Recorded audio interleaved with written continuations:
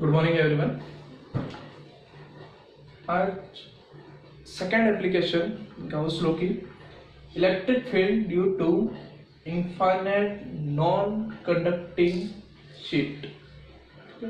Infinite non conducting sheet देखिए, उसके लिए इलेक्ट्रिक फील्ड का कैलकुलेशन करना यूजिंग गाउस लॉ। सबसे पहले शीट बनाते हैं। शीट में वही एक शीट बनाएंगे। उसके बाद कल जैसे फर्स्ट डायग्राम बनाया था डायरेक्शन के लिए, इलेक्ट्रिक फील्ड की डायरेक्शन कहाँ होगी, तो आज भी शीट बनाएंगे और उसके अंदर फर्स्ट डायग्राम उसकी डायरेक्शन के लिए बनाएंगे। और सेकंड डायग्राम के अंदर हम एक गाउसियन सरफेस लेंगे और उस गाउसियन सरफेस का यूज करके इलेक्ट्रिक फील्ड का कैलकुलेशन करेंगे। तो सबसे पहले एक शीट बनाते हैं, ठीक है। नॉन कंडक्टिंग शीट दे रखी है, एक शीट बनाते हैं।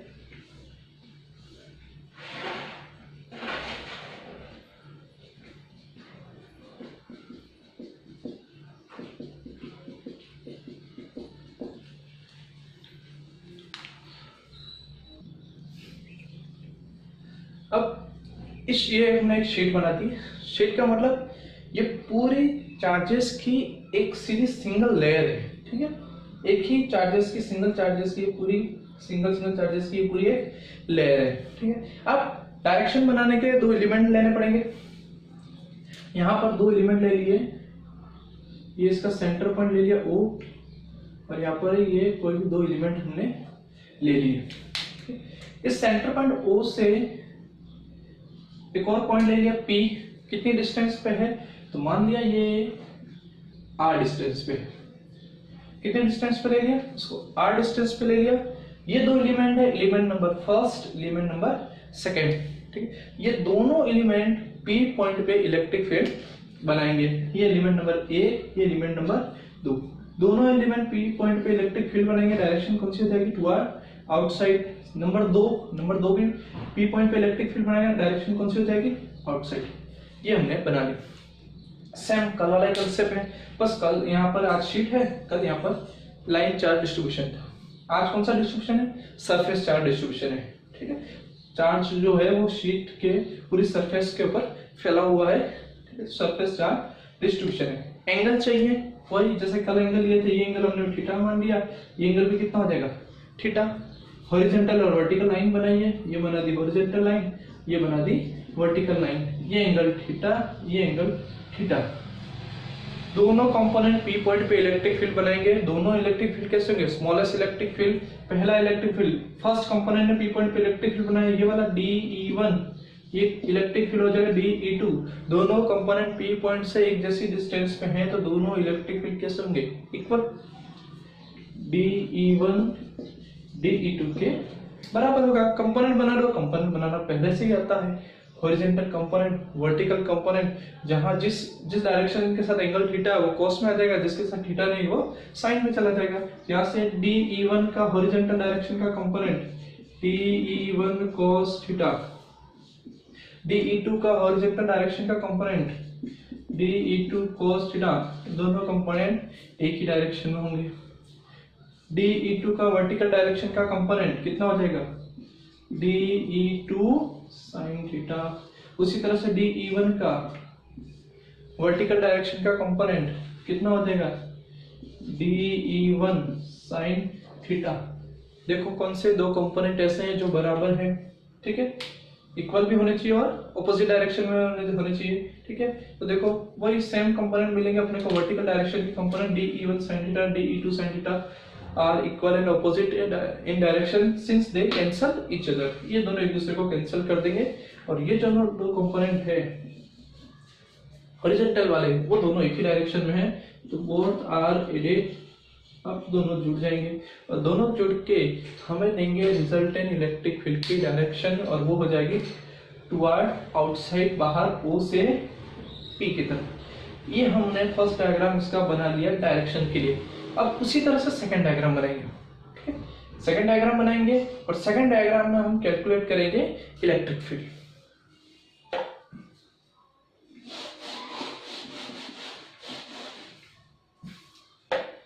वापिस शीट बना लेते हैं, ठीक है, एक शीट बना लेते हैं। ये एक शीट बना ली,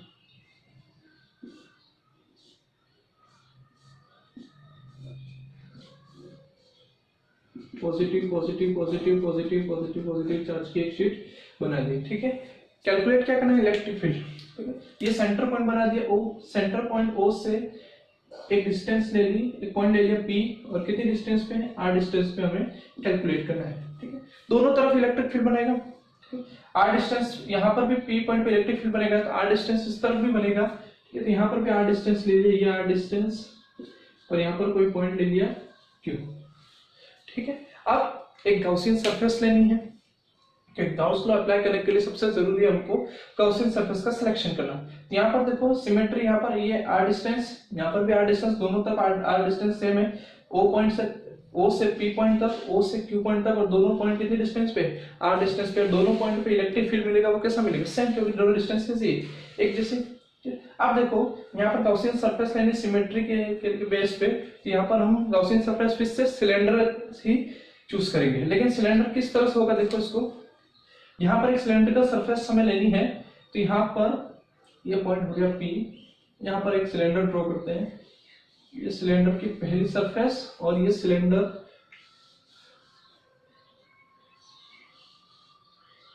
इस गॉसियन सरफेस को पार करता हुआ दूसरी तरफ जा रहा है।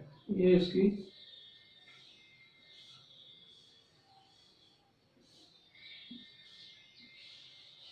ये हो गया सिलेंडर। कुछ इस तरह से सिलेंडर ले रखा है हमने।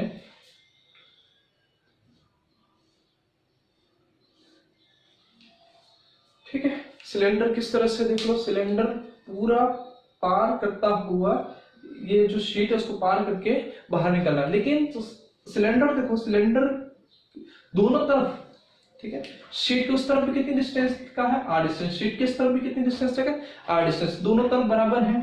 ठीक है, अब चार्जेस से सेम डिस्टेंस पे, यहाँ पे पॉजिटिव चार्ज से पी पॉइंट है ये वाला सेम डिस्टेंस पे, यहाँ पे पॉजिटिव चार्ज से ये वाला जो क्यू पॉइंट गया था वो भी सेम डिस्टेंस पे। दोनों तरफ कितनी डिस्टेंस है, आर आर, टोटल डिस्टेंस कितनी होगी सिलेंडर की 2r। इसकी हालांकि जरूरत नहीं पड़ेगी, लेकिन फिर भी लिख लो, ये डिस्टेंस कितनी होगी 2r। फिर से वही सरफेसेस देखो, पहले पता है हमको 3 सरफेस है, कौन कौन सी हो जाएगी, ये हो जाएगी S1 सरफेस, ये हो जाएगी S2 सरफेस, और ये हो जाएगी S3 सरफेस। इलेक्ट्रिक फील्ड हमको पता है बाहर की तरफ, यहाँ से इलेक्ट्रिक फील्ड लाइन्स अगर मैं बनाऊं तो ये इलेक्ट्रिक फील्ड लाइन्स कुछ इस तरह से बाहर की तरफ आएगी। उसी तरह से उस तरफ भी बनाएंगे तो वहां पर भी बाहर की तरफ जाएगी इलेक्ट्रिक फील्ड लाइन्स, ये बाहर की तरफ जा रही है, ये इलेक्ट्रिक फील्ड लाइन्स हमने बना दी। ठीक है, एलिमेंट ले लो, सरफेस एलिमेंट, यहाँ पर ये एक सरफेस एलिमेंट ले लिया, यहाँ पर एक सरफेस, कर्व सरफेस पर सरफेस एलिमेंट कहीं पे भी ले सकते हो, इधर ले लो इधर ले लो। ठीक है, यहाँ पर ले लिया, और एक एलिमेंट यहाँ पर ले लिया। सबका एरिया वेक्टर देखते हैं, परपेंडिकुलर टू द सरफेस। अब सरफेस कुछ इस तरह से है, परपेंडिकुलर टू द सरफेस, तो यहाँ पर ये हो जाएगा ds, यहाँ पर perpendicular to the surface ds, और यहाँ पर perpendicular to the surface ds। ये एलिमेंट हमने बना दिए तीनों सरफेस के लिए, S1, S2 और S3। डिस्ट्रीब्यूशन किस टाइप का है, तो सरफेस चार्ज डिस्ट्रीब्यूशन है। ठीक है, तो हमको दे रखा है surface charge density, surface charge density कितनी दे रखी है, सिग्मा। क्या मतलब होता है सिग्मा का, तो चार्ज पर यूनिट एरिया कितना है, सिग्मा। ठीक है, अब गाउस लॉ अप्लाई करते हैं, इंटीग्रेशन, ठीक है, E dot ds equal to sigma q upon epsilon naught. Flux निकालना है, तो टोटल कितनी सरफेस है, 3 सरफेस है, टोटल फ्लक्स कितना होगा, तीनों सरफेस के फ्लक्स के सम के बराबर होगा।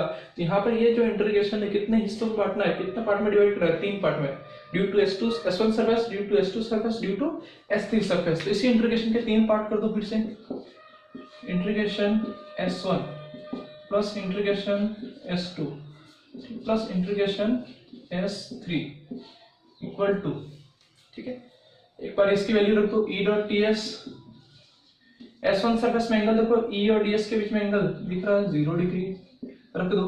S2 सरफेस में E और ds के बीच में एंगल कितना, ये इलेक्ट्रिक फील्ड लाइंस, और ये ds ऊपर की तरफ कितने डिग्री का एंगल दिख रहा है, 90 डिग्री, तो E ds cos 90। S3 में बताओ, S3 में देखो यहाँ पर ये ds और ये E 0 डिग्री एंगल दिख रहा है, E ds cos 0। Sigma Q upon epsilon not की वैल्यू रखनी है। सिग्मा क्यू क्या होता है, charge enclose by Gaussian surface. Gaussian surface कितना चार्ज कवर करिए, अगर इस गॉसियन सरफेस को इस शीट के अंदर से निकाले तो कितना चार्ज उस शीट से कितना चार्ज इस गॉसियन सरफेस से कवर होगा। यहाँ पर दिख रहा है ये वाला जो पोर्शन है, ठीक है, ये वाला पार्ट, कितना पार्ट का जो चार्ज है वो सरफेस कवर कर रही है, ठीक है। सरफेस में पर यूनिट एरिया में चार्ज कितना है, सिग्मा। हमने मान लिया कि ये वाली जो सरफेस है इतनी S1, इस सरफेस का एरिया S मान लिया, तो इस सरफेस का एरिया कितना होगा, S। इस सरफेस का एरिया कितना होगा, S, ठीक है। अगर ये जो सर्कुलर सरफेस दिख रही है सिलेंडर की, इस सरफेस का सरफेस एरिया S मान ले, तो ये अंदर वाली जो सरफेस है वो भी सेम उसी साइज की है, इसका भी एरिया S हो जाएगा। ये वाली सरफेस है वो भी S हो जाएगा, ठीक है। तो हमको चाहिए सिग्मा क्यू, तो इतने पार्ट ने, इतने एरिया ने, कितना एरिया S एरिया में कितना चार्ज है, तो पर यूनिट एरिया में कितना चार्ज है, सिग्मा। तो S एरिया में कितना चार्ज हो जाएगा, तो sigma Q equal to sigma dot S। तो यहाँ पर सिग्मा क्यू की वैल्यू आ गई sigma dot S। Last time जैसे किया था यूनिट लेंथ के लिए किया था कि एक पर यूनिट लेंथ में लेमड़ा चार्ज था, ठीक है, तो L लेंथ में कितना चार्ज हो जाएगा, लेमड़ा इंटू L, ठीक है। यहाँ पर यूनिट एरिया में कितना चार्ज है, सिग्मा, तो S unit area, S area में कितना चार्ज हो जाएगा, सिग्मा इंटू S, ठीक है। हमने मान लिया कि सिलेंडर का एरिया कितना है, S, sigma dot S epsilon not, ठीक है। अब यहाँ पर कैंसिल क्या हो रहा है, जीरो किसकी वैल्यू हो रही थी, ये वाला तो जीरो हो गया, कैंसिल हो गया, बचे ये दोनों। लास्ट टाइम हमने इंटीग्रेशन ds को सॉल्व करके वैल्यू रखी थी, इस बार वैल्यू नहीं रखनी है क्योंकि कैंसिल हो जाएगा, ठीक है। डायरेक्टली S रख सकते हो आप, क्योंकि हमने इसका पूरे का एरिया कितना मान रखा है, S मान रखा है। S1 सरफेस कौन सी, ये वाली, इसका एरिया कितना है, S। S3 सरफेस कितनी है, ये रही लास्ट वाली, इसका भी एरिया कितना है, S। S2 तो ऑलरेडी कैंसिल हो गई, मतलब ही नहीं है, cos 90 आ गया, जीरो हो गया, ठीक है। E बाहर निकाल दो, बचेगा क्या, इंटीग्रेशन ds, तो सरफेस कौन सी, S1, फिर E बाहर निकाल दो, इंटीग्रेशन अंदर क्या बचेगा, ds, सरफेस कौन सी, S3 equal to sigma S upon epsilon. S1 surface का इंटीग्रेशन करना है, ठीक है, S3 सरफेस का इंटीग्रेशन करना है, तो पूरा सरफेस एरिया मिलेगा, और इसका सरफेस एरिया हमने कितना मान रखा है, S1 और S3 का S मान रखा है, तो आंसर में कितना आएगा, S P dot S plus T dot S equal to sigma S upon epsilon naught. Last time जैसे अपन ने वैल्यू रखी थी 2 पाई आर एल, इधर हमने कोई पाई आर स्क्वायर वैल्यू नहीं रखी है, क्यों, क्योंकि यहाँ पर हमने S ले रखा है, ये S से S कैंसिल हो जाएगा, इसलिए इसको ओवरऑल कितना मान रखा है, S। तो यहाँ से S कैंसिल, जोड़ो काउंट करो कितना आ जाएगा, 2E, E प्लस E कितना आ जाएगा, 2E equal to sigma upon epsilon naught, 2E equal to sigma upon epsilon naught. तो electric field E equal to कितना आ जाएगा, सिग्मा अपॉन 2 एप्सिलॉन नॉट। और यहाँ पर देखो कहीं पे भी इलेक्ट्रिक फील्ड के फॉर्मूले में R नहीं आ रहा है, इसका मतलब ये इलेक्ट्रिक फील्ड डिस्टेंस पे डिपेंड नहीं करता, मतलब P पॉइंट यहाँ हो, यहाँ हो, यहाँ हो, कितना भी डिस्टेंस तक हो, कितनी भी डिस्टेंस तक हो, हमको electric field sigma upon epsilon not ही मिलेगा। किस पे डिपेंड करता है, ये डिपेंड करता है सरफेस चार्ज डेंसिटी सिग्मा पे, ठीक है। अगर यहाँ पर वेरिएशन ग्राफ बना है वेरिएशन का between electric field and R distance E and R, ठीक है, तो ये हमको डिपेंड कर ही नहीं रहा है, इलेक्ट्रिक फील्ड R पे डिपेंड नहीं कर रहा, तो कांस्टेंट मिलेगा, ये इलेक्ट्रिक फील्ड E और ये हो गया R, और यहाँ से ग्राफ बनाएंगे तो ये कांस्टेंट वैल्यू हमको एक फिक्स लाइन मिलेगी, कांस्टेंट हमको मिलेगा, जैसे जैसे R बढ़ाएगी R की वैल्यू पे डिपेंड नहीं कर रहा, इसलिए एक कांस्टेंट लाइन हमको मिलेगी। तो ये अपना सेकंड एप्लीकेशन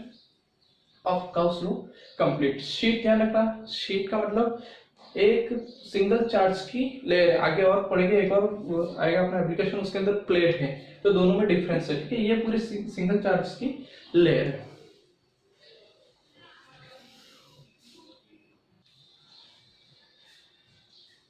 तीसरी एप्लीकेशन स्टार्ट करने से पहले नॉर्मल थोड़ी अपन पहले जो अपन ने पढ़ा उसके बारे में देख लेते हैं। पहले अपन ने पढ़ा था electric field due to infinite non conducting sheet. ध्यान रखना, कंफ्यूज मत होना, बहुत ज्यादा कंफ्यूज करते हैं ये जो एप्लीकेशंस है कंडक्टिंग नॉन कंडक्टिंग के अंदर। अभी दे रखा है प्लेट, इससे पहले दे रखा था शीट, इससे पहले हमको दे रखा था शीट। शीट पढ़ाया था, मैंने बता रखा था ये कैसी है, एक सिंगल लेयर, ठीक है, मतलब इसके पास थिकनेस नहीं है, ठीक है, कोई बिना थिकनेस की बहुत कम थिकनेस है, और कम थिकनेस की प्लेट भी बोल सकते हैं या शीट है। इस तरह से एक सिंगल लेयर की अपने पास सिंगल लेयर ऑफ चार्जेस, ये चार्ज की एक सिंगल लेयर थी, ठीक है। ये पूरी एक चार्जेस की एक लेयर बनी हुई थी, ये इस तरह से, ठीक है। नॉर्मली इसको मैं अगर बनाऊं तो इस तरह से भी बना सकता हूँ डायग्राम में, जब न्यूमेरिकल आपको पूछता है तो कुछ इस तरह से ये बना देता है शीट, ठीक है। मतलब ये शीट उसी तरह से, अगर इसको यहाँ फ्रंट से देखोगे, ठीक है, पूरी शीट तो दिखाई नहीं देगी, ये वाला जो हिस्सा है, ये वाला भाग आपको दिखाई देगा, ठीक है। तो वो इसीलिए इसको ये ड्रॉ कर दिया, ठीक है। अब देखो इसको थोड़ा आगे, ये शीट दे रखी है, इस शीट के इस पॉइंट पे यहाँ पर एक पॉइंट ले लिया P, ठीक है। इलेक्ट्रिक फील्ड कितना बनाएगा, तो हमने देखा था due to sheet, E equal to कितना था, सिग्मा अपॉन 2 एप्सिलॉन नॉट। कितना इलेक्ट्रिक फील्ड बनाया, सिग्मा अपॉन 2 एप्सिलॉन नॉट। यहाँ पर देखोगे तो भी कितना बनेगा, सिग्मा अपॉन 2 एप्सिलॉन। कहीं पर भी देखोगे इलेक्ट्रिक फील्ड बनेगा सिग्मा अपॉन 2 एप्सिलॉन नॉट, ठीक है। अब मैं मान लो यहाँ पर एक और शीट रखता हूँ, ये भी कैसी है, पॉजिटिव, न्यूमेरिकल में बहुत हेल्प करेगा ये डायरेक्शन के लिए, ध्यान से देखना इसको। ये पहली शीट है, इसकी सरफेस चार्ज डेंसिटी हमको मान ली सिग्मा है, इसकी भी कितनी मान लो, सिग्मा, ये A और ये B, ठीक है। थिकनेस नहीं है, ठीक है, एक चार्जेस की पूरी एक सिंगल लेयर है, ये चार्जेस की एक सिंगल लेयर, ठीक है। दोनों तरफ सेम चार्ज है, एक ही चार्ज दोनों तरफ है, यहाँ पर भी एक सिंगल लेयर है, ठीक है। अब ये B, इसकी सिग्मा, इसकी सिग्मा। अब आपको पूछे कि A पॉइंट पे इलेक्ट्रिक फील्ड कितना है, B पॉइंट पे कितना है और C पॉइंट पे कितना है, ठीक है। दो प्लेट दी हुई है, दो शीट दी हुई है A और B, चार्ज डेंसिटी कितनी, सिग्मा। A, B और C पॉइंट पे आपको कैलकुलेट करने के लिए बोल रहा है इलेक्ट्रिक फील्ड। तो देखो सबसे पहले डायरेक्शन बनाइए, ये जो प्लेट A है, ठीक है, पॉइंट में बदल देता हूँ, P Q R कर दो इसको, P Q R, ठीक है। अब देखो ये जो पॉइंट सॉरी शीट A है, वो P पॉइंट पे इलेक्ट्रिक फील्ड बनाएगा, बनाएगा। शीट A Q पॉइंट पे इलेक्ट्रिक फील्ड बनाएगा, शीट A R पॉइंट पे इलेक्ट्रिक फील्ड बनाएगा। सेकंड देखो, शीट B P पॉइंट पे इलेक्ट्रिक फील्ड बनाएगा, शीट B Q पॉइंट पे इलेक्ट्रिक फील्ड बनाएगा, शीट B R पॉइंट पे इलेक्ट्रिक फील्ड बनेगा। तो P पॉइंट पे टोटल कितने इलेक्ट्रिक फील्ड हो गए, 2, Q पे कितने हो गए, 2, R पे कितने हो गए, 2। लेकिन ध्यान रखना, 2 इलेक्ट्रिक फील्ड हो गए, लेकिन P Q R पे इलेक्ट्रिक फील्ड सेम नहीं मिलेंगे, ठीक है। देखो कैलकुलेट करते हैं, P पॉइंट पे इलेक्ट्रिक फील्ड कितना होगा, सबसे पहले पॉजिटिव, ठीक है। ये पॉजिटिव लेयर ऑफ चार्जेस है, डायरेक्शन हमको पता है, पॉजिटिव में डायरेक्शन कौन सी होती है, आउटसाइड, नेगेटिव में डायरेक्शन इनसाइड, ठीक है। दोनों तरफ पॉजिटिव है, नेगेटिव अभी है, इसके बाद नेगेटिव वाला भी देखेंगे। ये दोनों पॉजिटिव है, डायरेक्शन आपको बनाना आता है, पॉइंट के हिसाब से बनाना, आउटसाइड और इनसाइड जो है वो पॉइंट के हिसाब से। ये पॉजिटिव है, तो इस पॉइंट पे due to sheet a electric field की डायरेक्शन आउटसाइड, ठीक है। अगर यहाँ बनाता तो ये इनसाइड हो जाती है, ठीक है, बाहर की तरफ, away from the charge, away from the outside का मतलब away from the charge, positive charge से दूर जाना चाहिए, एरो पॉजिटिव चार्ज की तरफ नहीं आना चाहिए, पॉजिटिव चार्ज से एरो बाहर की तरफ दूर जाना चाहिए, away from the charge, positive charge arrow बाहर की तरफ जा रहा है, इसको मैंने नाम देते हैं E N। ये पॉजिटिव चार्ज है, ये भी P पॉइंट पे इलेक्ट्रिक फील्ड बनाएगा, ठीक है। जब B देख रहे हो तब A को हटा दो, ठीक है, जब A देख रहे हो तब B को हटा दो, ठीक है। आपके पास अभी ये शीट है और एक पॉइंट P, बस दो चीजों को देखो, P और ये शीट B और पॉइंट P। ये पॉजिटिव चार्ज है, P पॉइंट पे इलेक्ट्रिक फील्ड बनेगा, इसकी डायरेक्शन भी कौन सी हो जाएगी, अवे फ्रॉम द चार्ज, और या फिर बोल सकते हैं टुवर्ड आउटसाइड, बाहर की तरफ। तो ये हो जाएगा EB। P पॉइंट पे दोनों इलेक्ट्रिक फील्ड बना दी। Q पे बनाओ, सबसे पहले इसकी बात कराऊं, शीट A Q पॉइंट पे इलेक्ट्रिक फील्ड बनाएगा, एरो पॉजिटिव है, अवे फ्रॉम द चार्ज, सारे पॉजिटिव है, थर्ड हमेशा यही ध्यान रखना, अवे फ्रॉम द चार्ज। तो इसका अवे फ्रॉम द चार्ज या टुवर्ड आउटसाइड यहाँ पर हुआ E A। उसी तरह से B लो, Q पॉइंट पे इलेक्ट्रिक फील्ड बनाएगा, अवे फ्रॉम द चार्ज या आउटसाइड, तो इसका एरो आउटसाइड यहाँ पर हो गया E B। डिफरेंस दिख रहा है P पॉइंट पर Q पॉइंट पे, ठीक है, इलेक्ट्रिक फील्ड की डायरेक्शन का। उसी तरह से R पे बनाते हैं, ठीक है। ये पॉजिटिव R पॉइंट पे इलेक्ट्रिक फील्ड बनेगा, अवे फ्रॉम द चार्ज, ये रहा अवे फ्रॉम द चार्ज, बाहर की तरफ। ये हो जाएगा अपना E A। उसी तरह से ये भी बनाएगा, अवे फ्रॉम द चार्ज, ये हो गया E B। बस ये डायरेक्शन बनाने आनी चाहिए, फिर इसको कैलकुलेट कर दो। इधर कितना आ जाएगा, E A हमको पता है कितना होता है, शीट के लिए सिग्मा 1 2 एप्सिलॉन नॉट, दोनों सेम डायरेक्शन में इलेक्ट्रिक फील्ड जुड़ जाएंगे, दोनों इलेक्ट्रिक फील्ड ऑपोजिट डायरेक्शन में, तो माइनस कर देना, घटा देना। हमको पता P रिजोल्यूशन का P प्लस क्यू और P minus Q, angle 0 degree और एंगल 180 डिग्री, ऑपोजिट डायरेक्शन और सेम डायरेक्शन में, ठीक है। यहाँ पर sigma upon 2 epsilon not plus sigma upon 2 epsilon naught कितना देगा, sigma upon epsilon not 1/2 plus 1/2 1 हो गया। यहाँ पर कितना आ जाएगा 0, sigma upon 2 epsilon not minus sigma upon 2 epsilon naught कितना हो गया 0, और यहाँ पर कितना हो जाएगा, सॉल्व करो, sigma upon 2 epsilon not plus sigma upon 2 epsilon not, ये हो जाएगा सिग्मा अपॉन एप्सिलॉन नॉट, ठीक। तो ये हमने कैलकुलेट कर दिया P, Q और R पॉइंट पे इलेक्ट्रिक फील्ड कितना कितना मिलेगा हमको, ठीक है। नेक्स्ट एक आप ट्राई करना, वरना नेक्स्ट वीडियो में मैं आपको बताऊंगा इसका आंसर, ठीक है। एक मैं आपको दे रहा हूँ घर पे करने के लिए।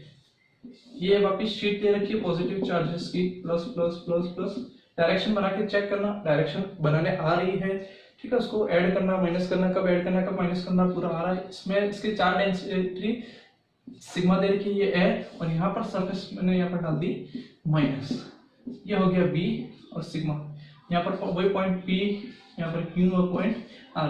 तो तीनों पॉइंट पे आपको क्या कैलकुलेट करना है, calculate intensity of electric field, ठीक।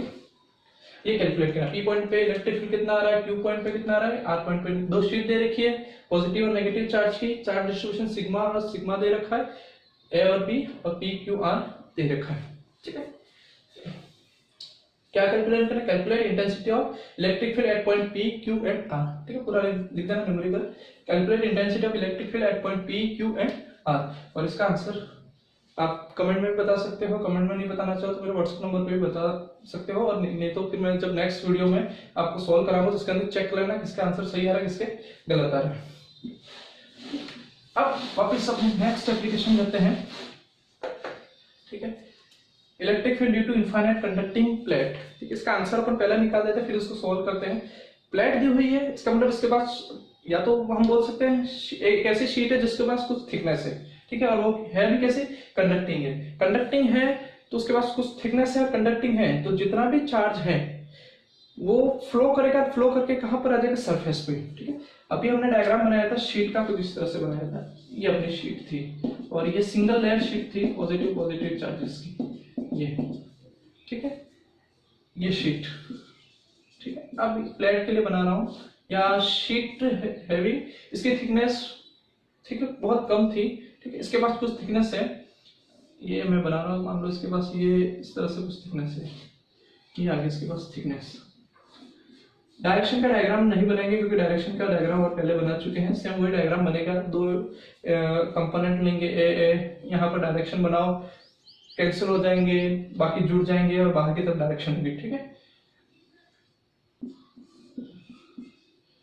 ये बना दिया, ठीक है। अब देखो इसमें चार्ज पहले अंदर था लेकिन प्लेट कैसी, कंडक्टिंग, तो चार्ज फ्लो करेगा, अंदर चार्ज बचेगा नहीं, सारा चार्ज फ्लो करके कहां जाएगा, सरफेस पे।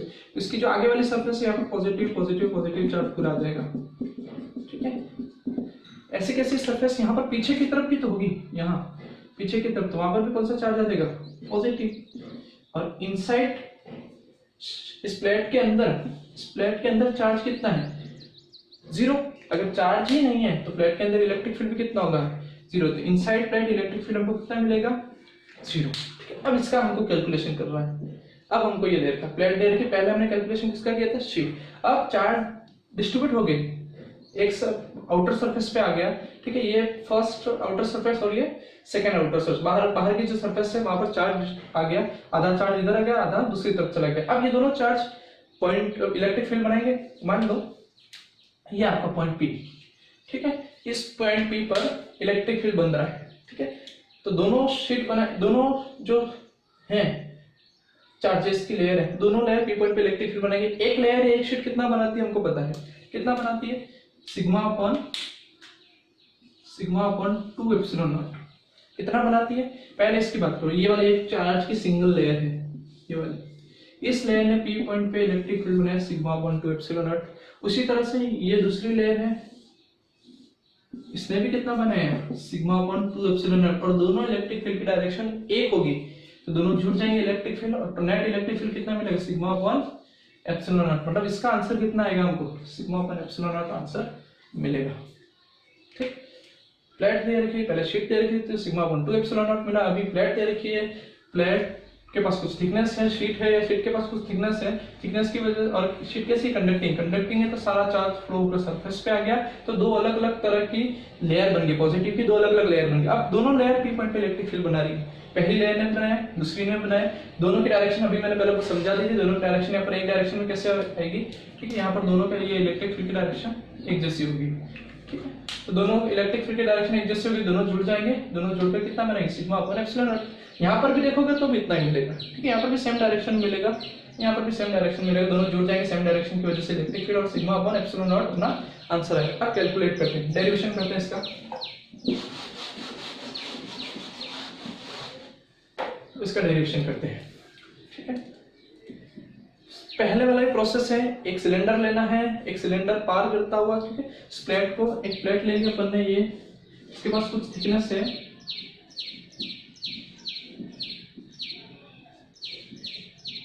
ये कंडक्टिंग प्लेट ले ली हमने।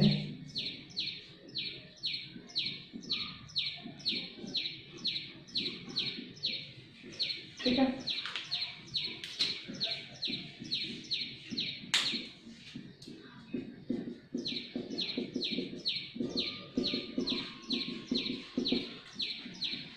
सिग्मा क्या है, सरफेस चार्ज डेंसिटी। यहाँ पर भी पूरा चार्ज सरफेस पे आ गया, कंडक्टिंग है तो सरफेस चार्ज डेंसिटी हमको दे रखा है सिग्मा।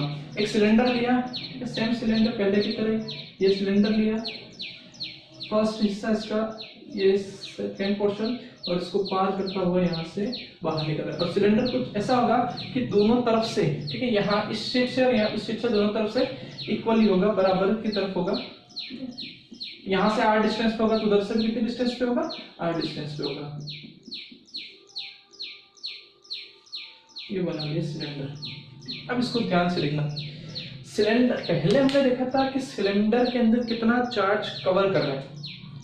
पहले लेयर कितनी थी चार्जेस की, एक लेयर थी, एक ही शीट थी। ठीक है, अब एक तरह से बोल सकते हैं दो शीट बन गई या चार्जेस की दो लेयर बन गई। ठीक है, तो पहली जो लेयर है ये वाली बाहर वाली, ठीक है, तो ये सरफेस से उस चार्ज को कवर करती है। उसी तरह से लास्ट वाली जो लेयर है पीछे वाली, ये तो उसको भी तो यहाँ पर ये वाली शीट है चार्जेस को कवर कर रही होगी, यहाँ पर ये पॉजिटिव चार्जेस को कवर कर रही होगी, दोनों शीट कवर कर रही है, ये दोनों शीट से चार्ज कवर हो रहा है। ठीक है, बाहर वाली जो शीट है, फर्स्ट वाली शीट है, उससे भी चार्ज कवर हो रहा है, और उस तरफ भी चार्ज है, दोनों साइड में चार्ज है, तो उस वाली जो शीट है वहां पर भी चार्ज कवर हो रहा है। तो अगर इसका सरफेस एरिया एस मान लो, इसका भी कितना होगा एस, इसका भी कितना होगा एस, इसका भी कितना होगा एस।